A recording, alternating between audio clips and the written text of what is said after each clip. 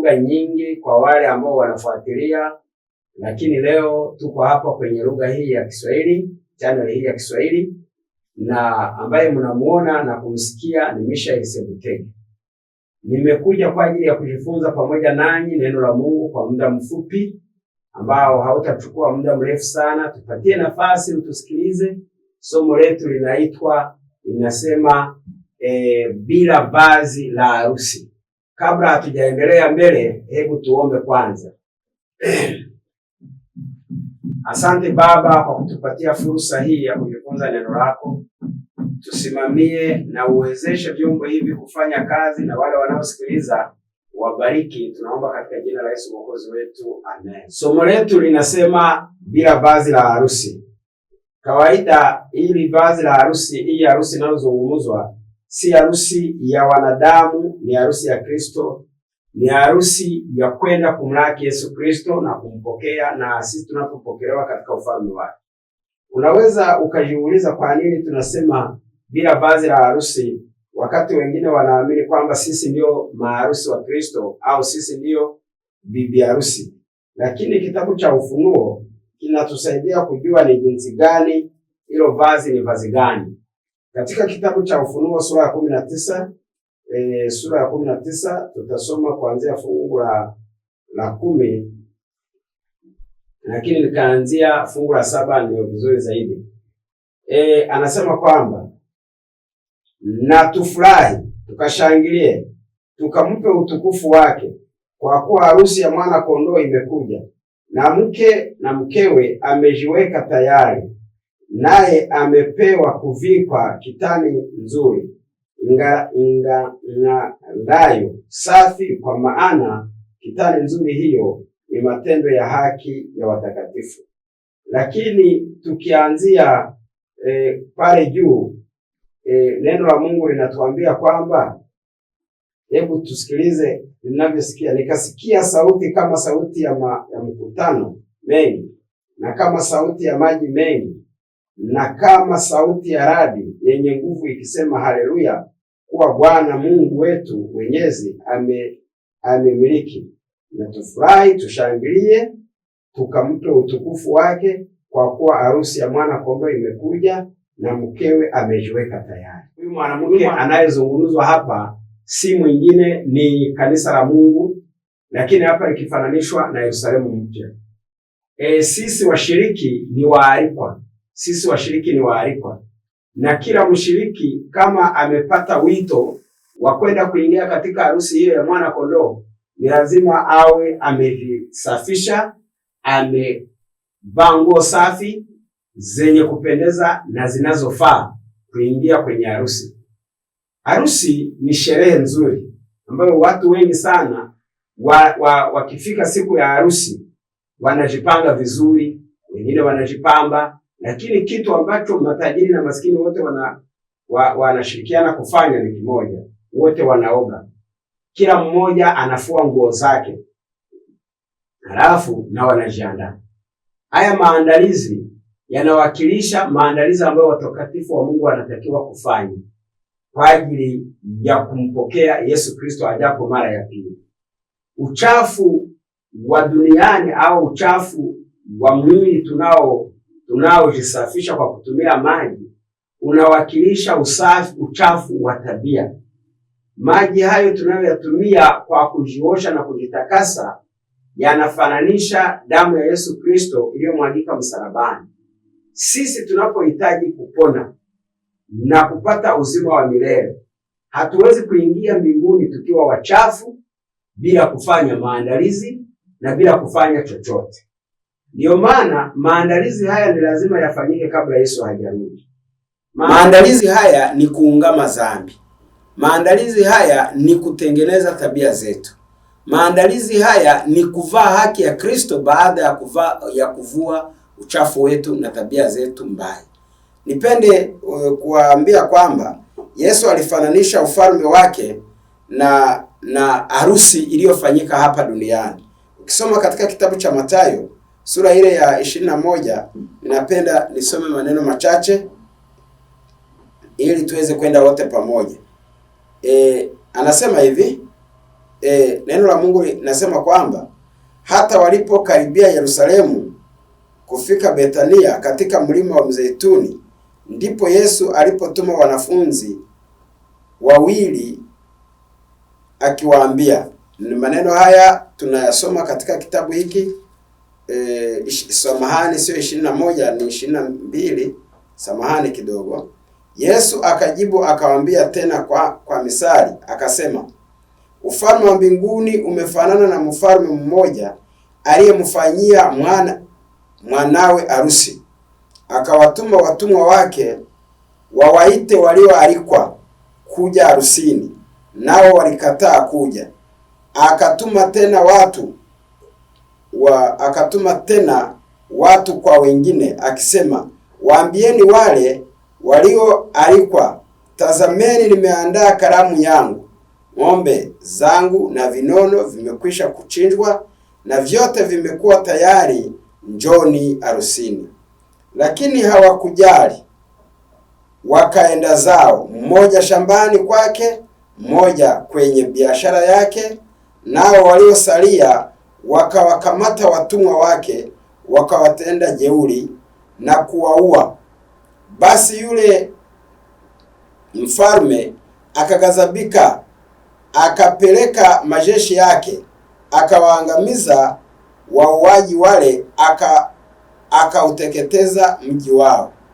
Kisha akawaambia watumwa wake, harusi i tayari, lakini wale walioalikwa hawakustahili. Basi enendeni hata njia panda za barabara, na wote mwaonao waiteni harusini. Watumwa wale wakatoka wakaenda njia kuu, wakakusanya wote waliowaona, waovu kwa wema, harusi ikajaa wageni. Lakini alipoingia yule mfalme ili kutazama wageni wake, akaona mle mtu mmoja asiyevaa vazi la harusi. Akamwambia, rafiki, uliingiaje humu nawe huna vazi la harusi? Naye akatekewa. Mfalme akawaambia watumishi, mfungeni mikono na miguu, mchukueni mkamtupe katika giza la nje, ndiko kutakuwako kilio na kusaga meno, kwa maana waitwao ni wengi, bali wateule ni wachache. Neno la Mungu linaonyesha wazi kwamba huyu bwana harusi au huyu mfalme alikutana na matatizo mengi sana. Tatizo la kwanza ni kwa sababu alikutana na hawa watu ambao tayari walikubali mwaliko, lakini hawakuwa tayari kujiandaa. Siku ilipofika, walienda kwenye biashara, wakaenda kwenye kazi zao mbalimbali, katika shughuli zao. Hata harusi ya mwana wa mfalme hawakuwa na haja ya kuifurahia, kuitembelea, yani kwamba waburudike na wafurahi pamoja na mfalme. Ndugu zangu wapendwa, huu kama tulivyosoma pale juu ni mfano. Hawa watu waalikwa walikuwa ni Wayahudi, lakini hii ni historia endelevu ambayo inaendelea mpaka leo. Tukisoma katika hiki kitabu cha vielelezo, ni sura ile ya 28, maandiko matakatifu nasema kwamba mfano wa vazi la harusi unafunua mbele yetu somo lenye umuhimu mkuu sana. Anasema kwamba ndoa huwakilisha muungano wa binadamu na uungu.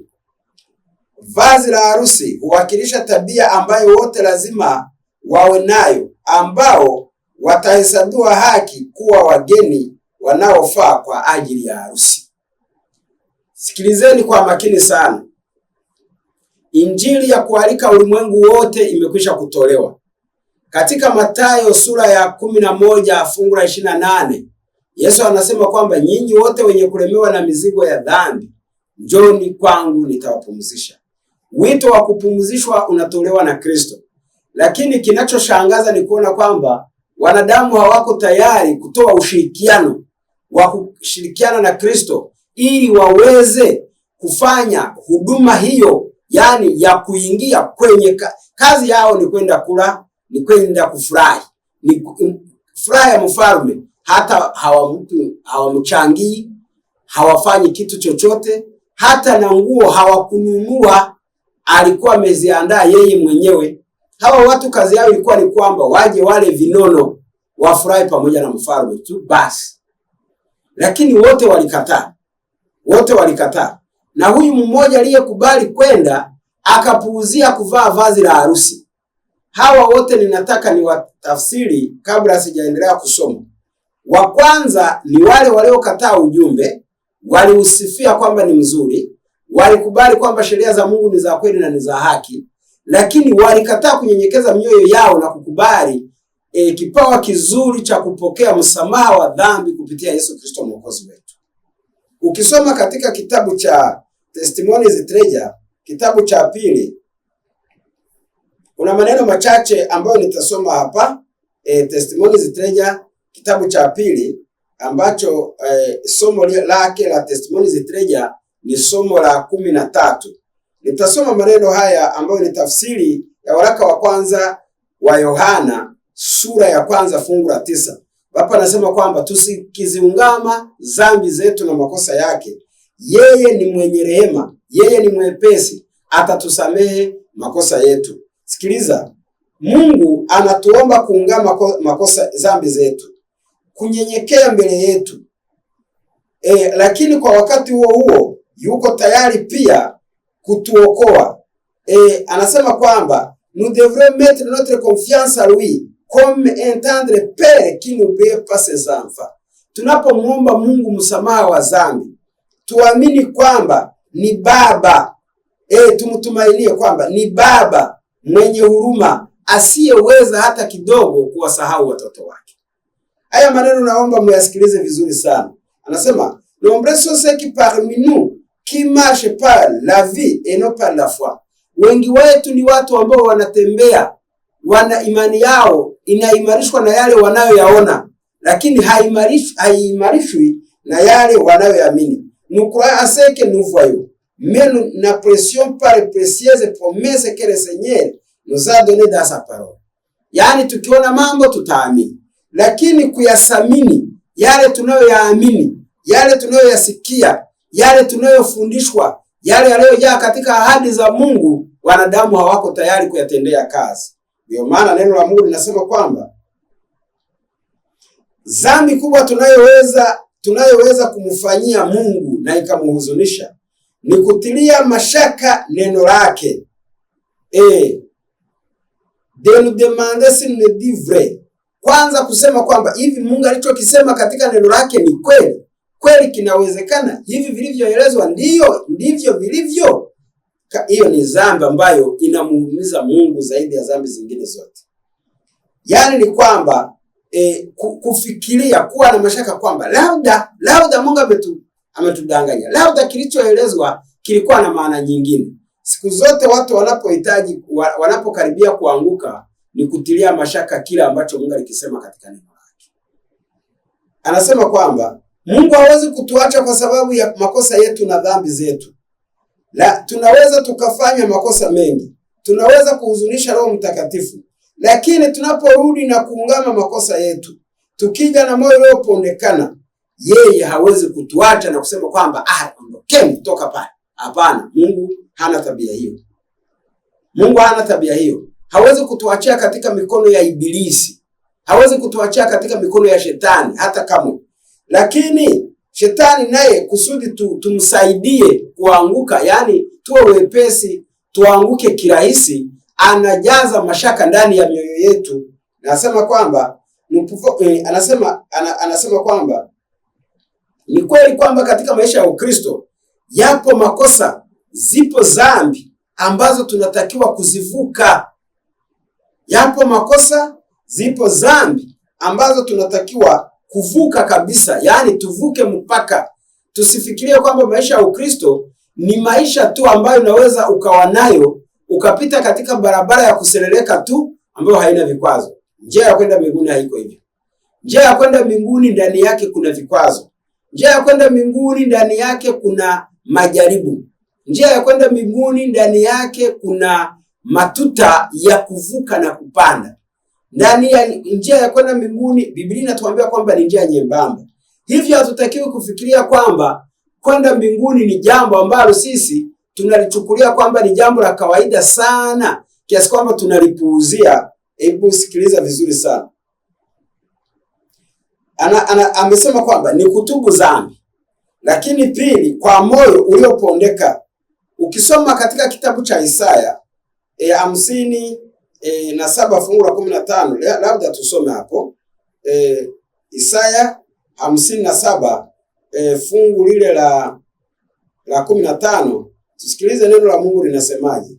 Neno la Mungu linasema kwamba maana yeye aliye juu, aliyetukuka, akaaye milele, ambaye jina lake ni mtakatifu, asema hivi, nakaa mimi mahali palipoinuka, palipo patakatifu, tena pamoja na yeye aliye na roho iliyotubu na kunyenyekea, ili kuzifufua roho za wanyenyekevu na kuifufua mioyo yao waliotubu. Kumbe mtu anaponyenyekea na kukubali makosa yake na kukubali kwamba unajua hivi nilivyovaa hili koti, haiwezi kuwezekana ulete koti lingine au sweta uweke juu ya hili, natakiwa nivue kwanza hiki nilicho nacho, nikivue univike kingine. Hiyo lazima watu walijue vizuri sana. Kwa hiyo katika swala la imani, katika swala la imani lazima watu wajue kwamba ni lazima twende na vile masharti na maelekezo ya Mungu anavyosema. Usifikirie kwamba wewe unatakiwa kuamini na kutenda kama vile Mungu mwenyewe kutenda tofauti na vile ambavyo Mungu mwenyewe ameagiza. Mungu anakaa na wale wanyenyekevu na wale wanaokubali mioyo yao ipondekane. Lakini imeporwa na nini? Imeporwa na majuto, imeporwa na makosa. Kwa kuwa wamekubali kunyenyekea, wamekubali kulegea, wamekubali kujuta, hapo ndipo Bwana anaweza akakubali toba yao. Ndio maana maandiko matakatifu yanasema wazi kwamba anasema kwamba ni nini tunatakiwa kufanya. De mauvais sentiments ont été chéris. Anasema kwamba kuna hisia mbaya ambazo tumezipendelea. Yaani ndani yako kuna misisimuko, kuna hisia unaipendelea, inaendelea. De mauvais sentiments, kuna hisia mbaya, l'orgueil, la propre suffisance, kuna kiburi, kuna kujitosheleza, l'impatience, kuna kushindwa kuvumilia, ele murmure na majuto se sont manifestés. Vinaendelea kuonekana katika maisha. Hizi ni dhambi ndogo sana, lakini ambazo haziwezi kuingia katika ufalme wa Mungu. Dhambi zinazoendana na hisia, dhambi za kiburi, dhambi za kusikia kwamba umejitosheleza, dhambi za kukosa uvumilivu, dhambi za majuto yasiyoisha. Hivi ni vikwazo ambavyo lazima viondolewe katika njia za wale wasafiri wanaokwenda mbinguni. Huu ni mojawapo ya uchafu ambao tunatakiwa kuoshwa, kama vile tulivyosema hapo awali kwamba mtu anapoalikwa kwenda harusini anaoga, anasafishwa, alafu anavaa vizuri ndo anaenda harusini. Na mbinguni, dunia hii imetuchafua sana. Hisia zetu zimeharibika, mawazo yetu yameharibika, nyenendo yetu imeharibika. Tunahitaji mtazamo mpya, tunahitaji tabia mpya, tunahitaji miili mipya, tunahitaji mawazo mapya. Huku ndiko kuvikwa vazi. Hili vazi inaendana na toba. Napenda nifike chini sana. Anasema kwamba tout cela nous sépare de Dieu. Vitu vyote hivi ambavyo nimesema hapo juu vinatutenganisha na Mungu. Dhambi lazima iungamwe. Kazi kubwa sana ya neema lazima ikamilike hapa duniani. kwa sababu baada ya maisha haya hakuna ungamo la toba, hakuna kusahihisha makosa yetu. Ni kama vile mnavyowaona watoto wakishindwa mitihani, wamekwisha kutangaziwa matokeo ndio wanalia, lakini mwalimu harudiagi na kuambia kwamba unajua mwanangu, basi nimekusamehe, nimekupa fursa hii, sasa njoo urudi mtihani. Kuna wakati shule inaruhusu watoto wanarudi mitihani, lakini ikitoa fursa hiyo alafu mwanafunzi pia sijali, ni kwamba kwa kweli hawawezi wakasubiri mpaka awamu ya kwanza ikaisha, ya pili kaisha, ya tatu kaisha, wakaongeza na awamu ya 3 na 4 na ya 5. Hilo jambo haliwezi kuwezekana. Mbona wanadamu wanashindwa hayo? Inawezekanaje Mungu mwenyewe atuache sisi tujigaragaze katika makosa na dhambi tunavyotaka, eti tujipangie sisi wenyewe kwamba muda wa kutubu na kubadilika ni muda fulani? Hapana, wakati wa kubarika ndio huu. Anasema kwamba dhambi lazima iungamwe. Lazima wale ambao wamechoka, wamekata tamaa, wanaweza kugeuka na kuwa na nguvu katika Bwana. Anasema kwamba mais pour qu'il soit ainsi, il faut qu'ils aient un objectif élevé. Lakini hakuna mtu anayeweza kufanya toba kamili kabla hajawa na kusudi maalum ya toba.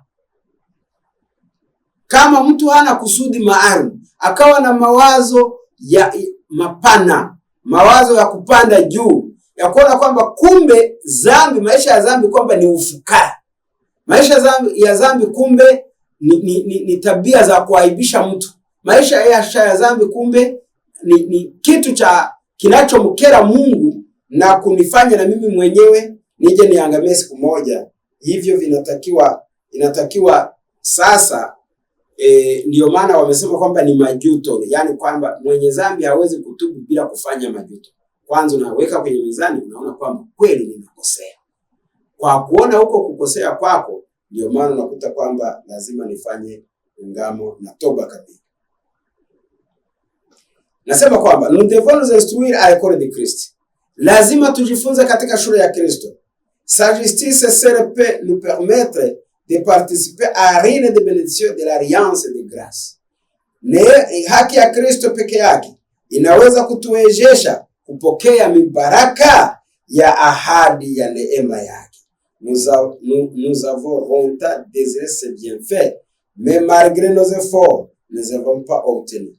Wengi tumetamani sana kupata neema hiyo ya kubadilika, lakini sasa wengine wamefikia hatua ya kukata tamaa.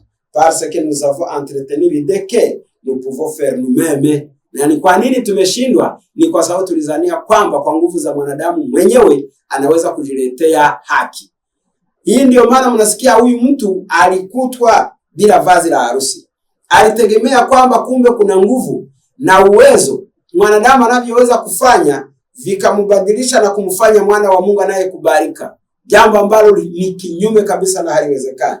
Nasema kwamba hivyo huwafanya wazambi wachelewe katika dhambi zao na wafanye kazi bure, kwa sababu haitakubalika mbele ya Mungu na haitaweza kuwaokoa, na utakuta wamechoka. Wengine wameenda kubeba mizigo, wengine wanatembea kwenye mawe yenye kuchongoka yanawaumiza, wengine wanalala sehemu za baridi sana wakifunga siku kaza wakaza, wanaumiza miili yao. Wengine wanaimba mpaka wanalia, mpaka wanazimia, wanatafuta haki, mpaka wengine hapana. Haki ya Kristo haiwezi kutafutwa na nguvu za mwanadamu, bali ni kujisalimisha jinsi ulivyo, ili wewe mwenyewe na jinsi na namna ulivyo. Huko kujisalimisha kuna kufanya uende hivyo ulivyo, ukikiri makosa yako, kama vile wimbo usemavyo kwamba mimi ni mzambi, nimekuja jinsi nilivyo. Huyu ambaye anajisalimisha bila kujitetea ndiye anayeweza kuvikwa, kwa sababu na yeye mwenyewe. Unajua hata Adamu ili atengenezewe nguo katika ngozi, alisema siwezi nikaja ulipo kwa sababu ni uchi. Hii habari ya kusema kwamba ni uchi Mungu akamwambia, unana amekwambia kwamba wewe uchi? Kumbe hili neno kwamba yuko uchi, hili neno ndio lilimsaidia. Alijitambua, pamoja na kwamba alikuwa amekosea, lakini alijitambua kwamba yuko uchi. Hivyo alikuwa anahitaji msaada wa Mungu. Pili, alikuwa hataki kuonana na Mungu.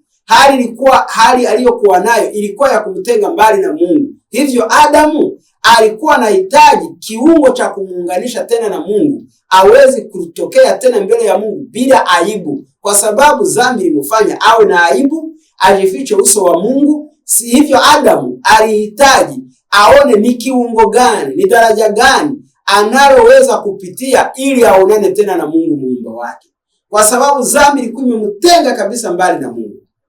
Ndio maana alikataa kata kwamba siwezi kuonana na wewe, niko uchi. Kumbe dhambi inapotutenga na Mungu, tunahitaji kiunganishi. Tunahitaji kiunganishi kinachoitwa neema. Neema ni daraja linalomuunga mzamba aliyeanguka dhambini katika shimo la dhambi na kumtoa huko na kumsogeza karibu na Kristo. Kristo ndio maana katika Yohana sura ya 1 fungu la 52, au Yakobo alipokuwa anasafiri kwenda kwa mjomba wake, aliona daraja kutoka mbinguni. Aliona ngazi. Hii ngazi ni Kristo. Lakini ngazi hii nani anaipanda? Ni ngazi tunayoipanda kwa machozi. Inapandwa kwa kulia, inapandwa kwa majuto, inapandwa kwa kujua kwamba nilikosea, niliharibu, naja jinsi nilivyo. Hawa ndio Yesu anaweza kuwainua na kuwachukua. Ndio maana aliwaambia Mafarisayo kwamba kama mngekuwa vipofu mngekuwa na bahati, lakini kwa kuwa nyinyi mnadai kwamba mnaona, basi dhambi yenu imekaa. Mdhambi yeyote anayefikiria kwamba ni mzuri na kwamba anaweza katengeneza mbinu zozote akaokolewa labda na sifa anazosifiwa, akaokolewa labda na dini, huyu yuko mbali kabisa na wokovu. Nipende kusoma maneno machache hapa katika hiyo Testimonies Treasure. Nirudi nikisoma katika vielelezo, na kama nilivyowaambia somo letu halitakuwa refu sana, bali tutaingia kwenye eneo linaloelekea mwisho. Anasema kwamba neno la Mungu linasema kwamba nous croire littéralement ces paroles. Lazima tuyaamini maneno ya Mungu kama yalivyo. Isaya 55 fungu la 7 inasema kwamba ebu mzambi aache njia zake, mzalimu aache mawazo yake mabaya, amgeukie Bwana naye atampokea. Nous devons croire littéralement. Lazima tuamini hayo maneno. Regardons à nous-mêmes comme si nous pouvons nous sauver. Mara nyingi unakuta mtu anajichunguza na kuangalia ndani yake kana kwamba kuna kitu cha kumuokoa, lakini la hasha, hakipo. Hata ziwe ni nyimbo nzuri, hata iwe ni uzoefu ulionao katika kazi, hata iwe namna gani, hakuna kitu kinachoweza kukusaidia kuokoka na kukusaidia kuwa mbele ya Mungu kama sio kupokea neema ya Kristo peke yake. Nipende kuingia kwenye kitabu hiki. Ukaguzi uliofanyika pale ni hukumu ya upelelezi ambayo inaendelea hata sasa. Hukumu ya upelelezi inaendelea hata sasa. Na wale wote waliomkosea Mungu, na wale wanaojali na wasiojali, hukumu ya upelelezi inaendelea. Wengine wanakubaliwa kwa sababu wamejuta na kukiri makosa yao. Wengine wanafukuzwa na kuondolewa katika vitabu vya uzima. Hebu sikiliza vizuri sana. Wakati mfalme alipoingia ndani kuwatazama wageni, tabia halisi ya wote zilizihirishwa. Kwa maana kwa kila mgeni katika karamu kulikuwa na matoleo, na kulikuwa kumetolewa vazi la harusi. Na vazi hili ni haki ya Kristo. Kila mmoja, maskini na tajiri, wanaipewa bure. Vazi hili lilikuwa zawadi kutoka kwa mfalme. Kwa kulivaa, wageni walionyesha heshima yao kwa mtoaji wa karamu. Lakini mtu mmoja alivalia katika nguo zake za kawaida za kiraia. Alikataa kufanya maandalizi yaliyotakiwa na mfalme. Vazi lililotolewa kwake kwa gharama kubwa, alikataa kulivaa kwa kiburi. Watu wengi wanadhani kwamba dini yao ni nzuri zaidi ya maagizo ya Mungu. Hapana. Tena kwambia dini yetu, askofu wetu ni mzuri sana. Hata ukiangalia na kanisa letu tulilolijenga ni nzuri sana. Hata washiriki wetu ni wazuri sana. Alafu ukiangalia ile kwaya tulionayo ni nzuri sana. Michango yetu hatujawahi kushindwa hata siku moja. Anajisifia vitu vya kawaida tu. Hapana. Hivyo vingekuja vikiwa namba 2 au 3 au 4, lakini vikifuata kwanza kupokea haki ya Kristo kwa kila mshiriki, kwa sababu hakuna haki ya Kristo inayovika kanisa lote. Hapana. Haki ya Kristo anavikwa kila mshiriki mwenyewe kwenye nafasi yake. Anasema kwamba kitendo cha mfalme kuwakagua wageni katika karamu kinawakilisha kazi ya hukumu. Wageni katika karamu ya Injili ni wale wanaojidai kumtumikia Mungu, wale ambao majina yao yameandikwa katika kitabu cha uzima. Lakini si wote wanaojidai kuwa Wakristo ni wanafunzi wa kweli. Kabla ya thawabu ya mwisho kutolewa, ni lazima iamuliwe ni nani wanaofaa kushiriki kabla ya kuja mara ya pili kwa Kristo. Hapana, kushiriki urithi wa wenye haki. Uamuzi huu ni lazima ufanywe kabla ya kuja mara ya pili kwa Kristo katika mawingu ya mbinguni. Kwa maana wakati ujapo, ujira wake upo